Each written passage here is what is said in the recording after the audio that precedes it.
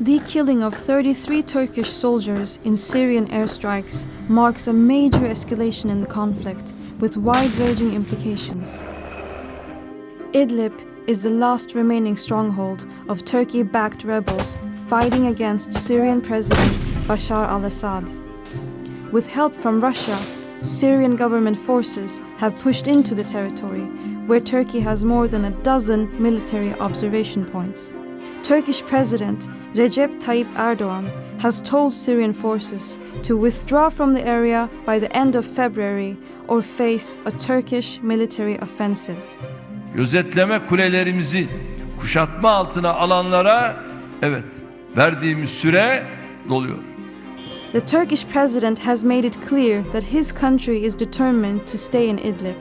But what are the risks? Turkey says it wants to prevent another refugee crisis, and that Russian and Syrian airstrikes in Idlib have caused hundreds of thousands of people to flee to its borders.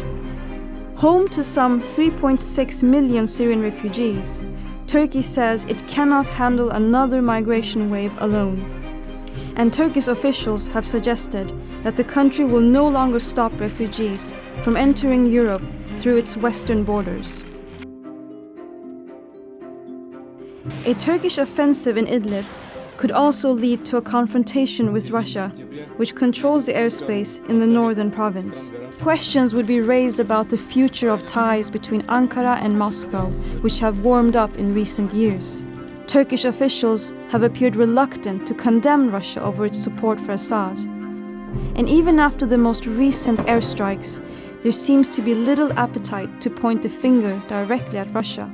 But Turkish pundits have been questioning Moscow's reliability as a strategic partner amid the attacks. Turkish news channels initially overlooked the killing of the 33 soldiers, and it focused more on Turkey's retaliation against Syrian troops. The attacks became top news on the morning after, and access to social media platforms appeared to be blocked, and internet access slowed down after the attacks. The head of Turkish television watchdog warned that false posts about the events in Idlib would be followed closely by the authorities. Turkey has launched several military offensives in northeastern Syria since 2016 to push away US-backed Syrian Kurdish fighters, which it considers a threat to national security.